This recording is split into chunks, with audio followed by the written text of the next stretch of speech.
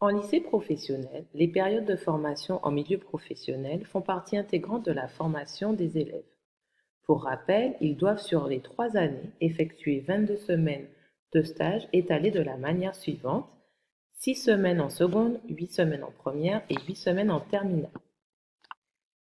C'est le professeur principal et le second professeur de technique professionnelle qui doivent préparer au mieux cette période de formation en milieu professionnel en faisant le point avec les référents sur les lieux de stage possibles et les compétences à travailler par les élèves en fonction de la spécialité vers laquelle ils souhaitent s'orienter. Pour rappel également, la seconde famille des métiers de la relation client est commune aux spécialités accueil, vente et commerce,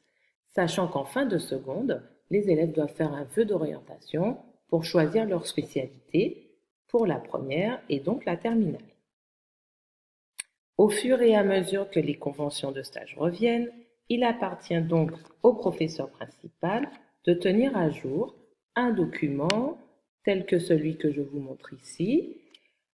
sur lequel il va recenser donc pour chaque élève l'entreprise qui a accepté de le prendre en formation professionnelle,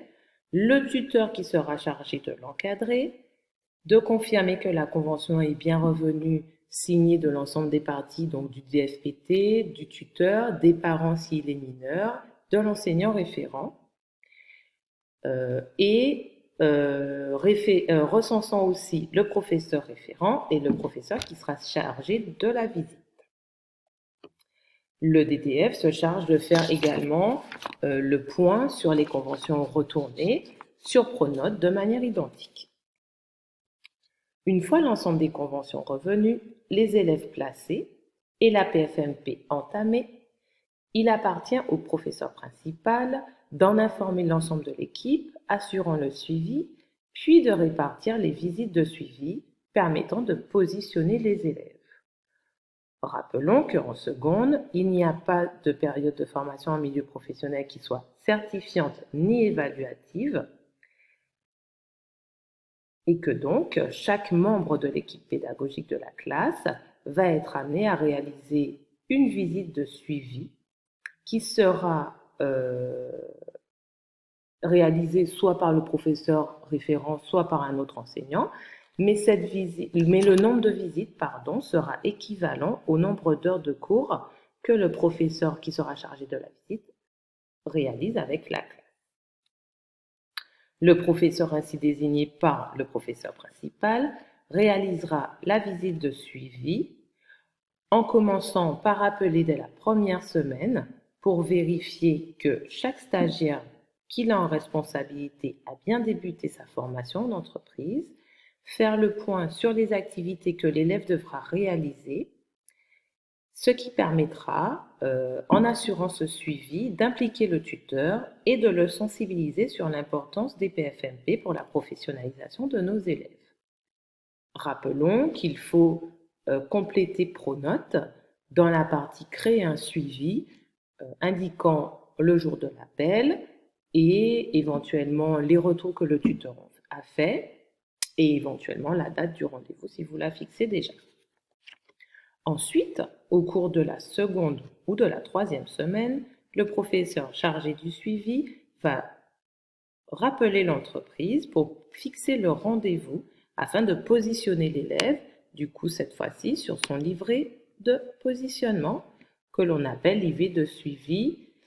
des PFMP. Ce livret au lycée Jean Perrin, il est relié, il permet d'évaluer l'ensemble des périodes sur la classe de seconde et il permet de faire le point sur tout ce qui va être travaillé en entreprise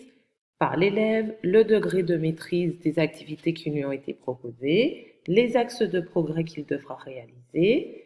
et permettra aussi de faire le point avec l'élève sur son projet professionnel. Le professeur qui va donc réaliser le suivi doit donc veiller à bien compléter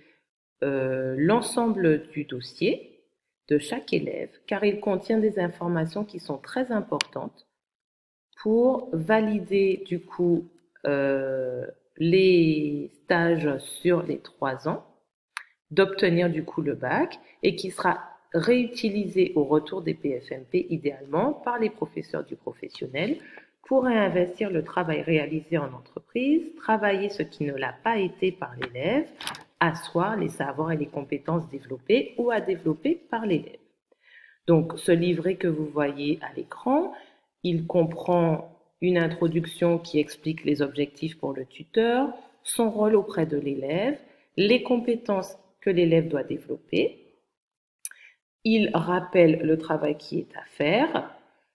et il détaille les compétences que l'élève devra rencontrer au mieux en entreprise.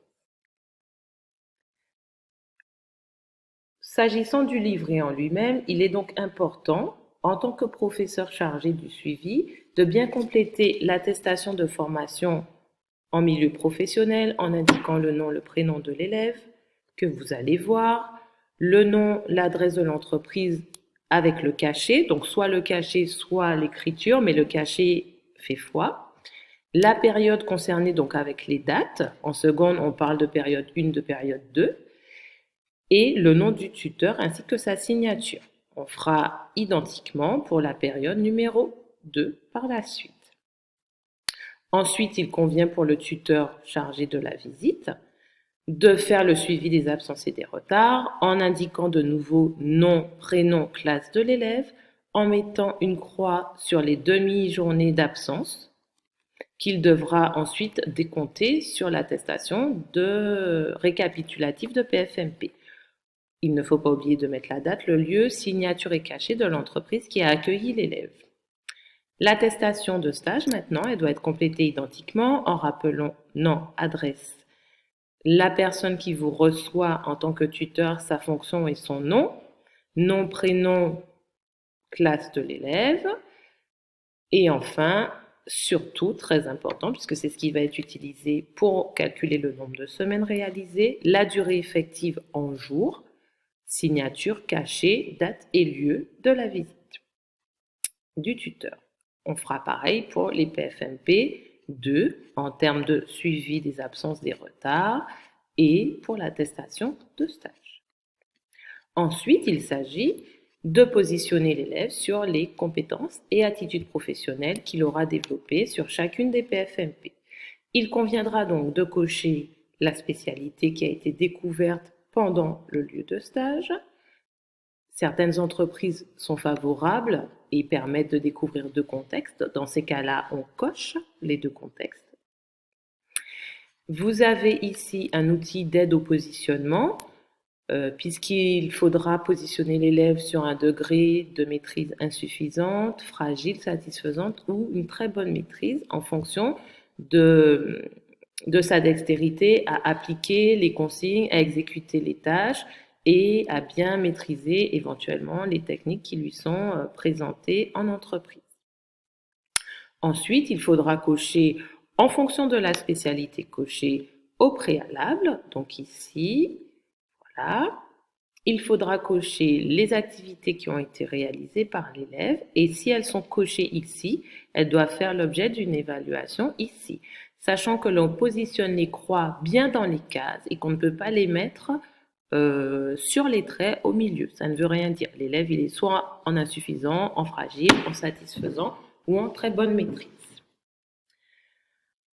Voilà, donc on fait ça sur les 3 spécialités, puis on demandera au tuteur de faire le point sur les attitudes professionnelles. Donc, est-ce que l'élève sait respecter les horaires, a une tenue et une posture professionnelle adaptée, un comportement, une communication professionnelle adaptée, et ainsi de suite, et en le laissant compléter une appréciation globale sur comment s'est passé le stage, le degré d'autonomie de l'élève, les axes de progrès qu'il a à faire, en n'oubliant pas de mettre signature et cachet du tuteur et signature du professeur. Et on fera ça du coup pour les 2 PFMP. Voilà le petit tuto en espérant qu'il vous sera utile. Bon courage!